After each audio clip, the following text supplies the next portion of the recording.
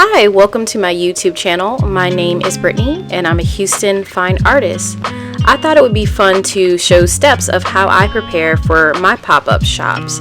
You see a lot of videos on YouTube that shows tips and tricks and even people already at the shop, but you don't really see the steps that they take to get there. How did they accomplish what they needed to accomplish? How did they get prepared?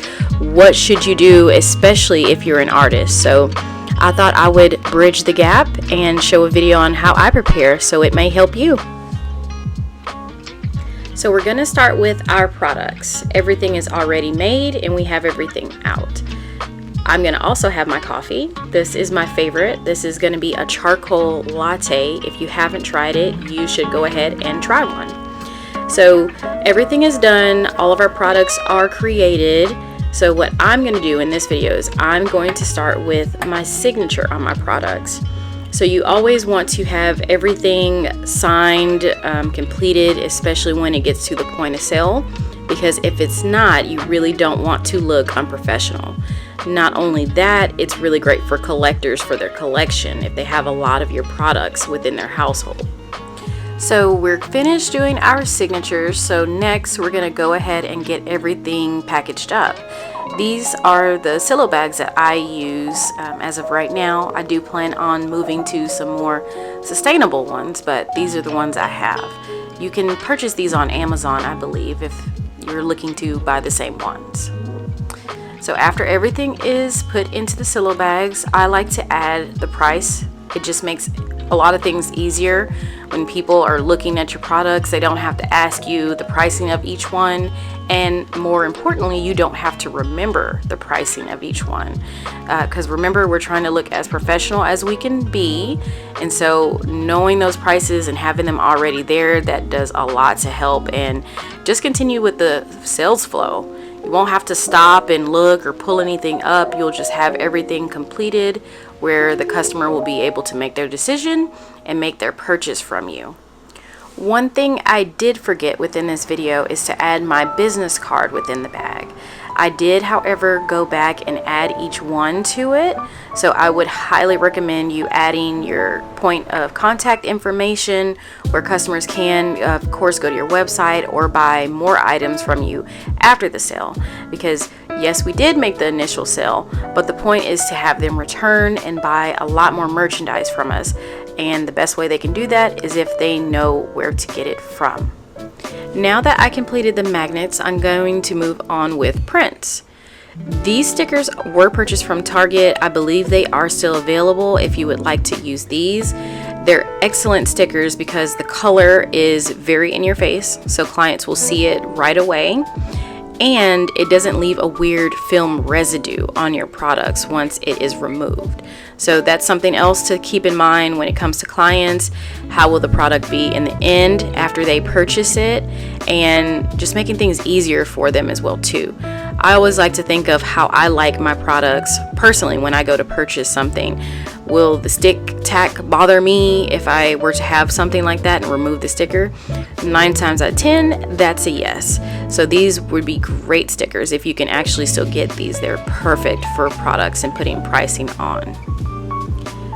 I myself like to put the price sticker in a corner instead of anywhere on the side or on the bottom, because you don't want to make things difficult when the customer is doing their shopping. You want to make things as easy as possible, and you can just have your moment to talk to them and get to know them, tell them more about your product, and you just don't want to fumble.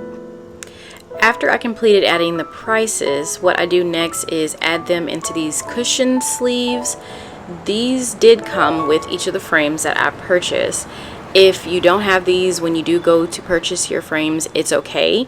You can actually use bubble wrap or anything else that will provide just protection for the frames, because again, we want to make sure the product can stay in pristine condition, not have any scuffs, nicks, or anything like that, because we will be traveling with these.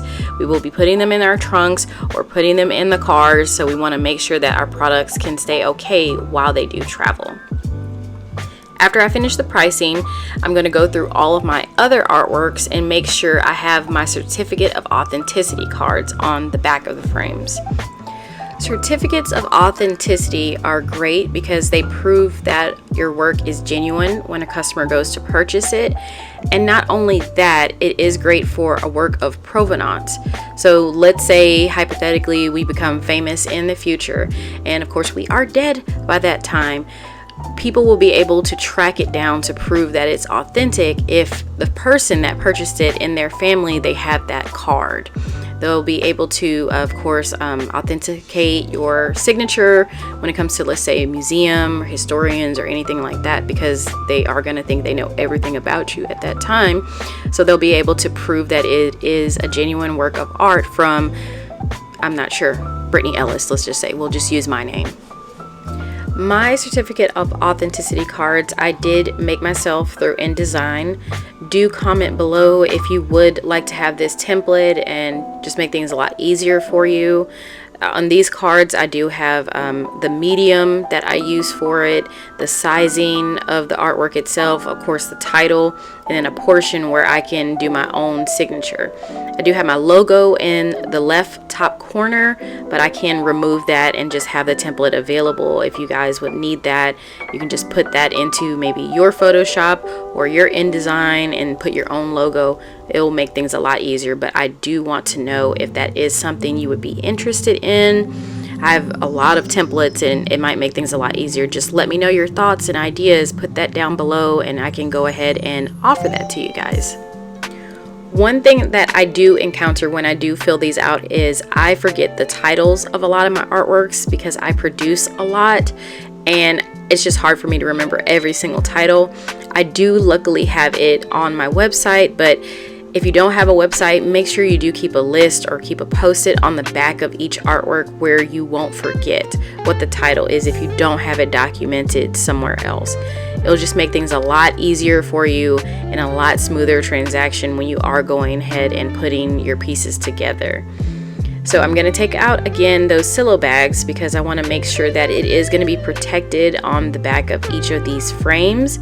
So I will go ahead and stuff each card into these silo bags and pull it off, of course. But next I do like to use sticky tack or putty, and I will attach that onto the back, but it's something that won't leave a film on the back of the card or on the back of the artwork itself. Because remember, I'm just going to say it over and over again, we want to make things really well crafted, cohesive, and easier for the client as well too. Just always remember to yourself, how do you want to purchase something? What are things you don't appreciate when you purchase an item yourself? That helps me a lot in the long run when it comes to putting together my own products. Okay, so after we're done with our certificates of authenticity, I'm going to go down this list. It is my pop-up supply list. It will have everything that I would need for the pop-up show, which will be my supplies, technology, and simple things that we just simply forget about, such as pens. You would want to have pens when you're collecting emails from your clients because those clients will be the ones that we will clientele with after the show. Let me know again if you would like this rubric as well too, because it does make things a lot easier to have a list and just go through the list when you are preparing the night before for your pop-up. There was a time when I completely forgot all of my pens and I had to send my husband back home an hour away to get the products. So having a list definitely makes things a lot easier. I can have my list for you and then you can go over and edit it in your own and customize it to your own list that you might need for your products. Okay, so it is the day of the event. My pop-up shop was with West Elm. When I have any pop-up shop, I do like to get there earlier where I have enough time to set up and visually display everything of how I might want it and make it just a clean and easy shoppable experience for the clients. These are wall grids that I purchased secondhand from a shop that was going out of business. I do believe these are something you can order online though if you need them yourself. So today, in my personal opinion, was a success. I was able to sell a few paintings and then sell some magnets too, and some pins, and more on top of that. So I'm really happy I was able to go ahead and connect with some more clients, build more people for my email list, and get rid of some merchandise so I can make room for new stuff. So thank you so much for tuning in to my YouTube video, and I look forward to doing this more often.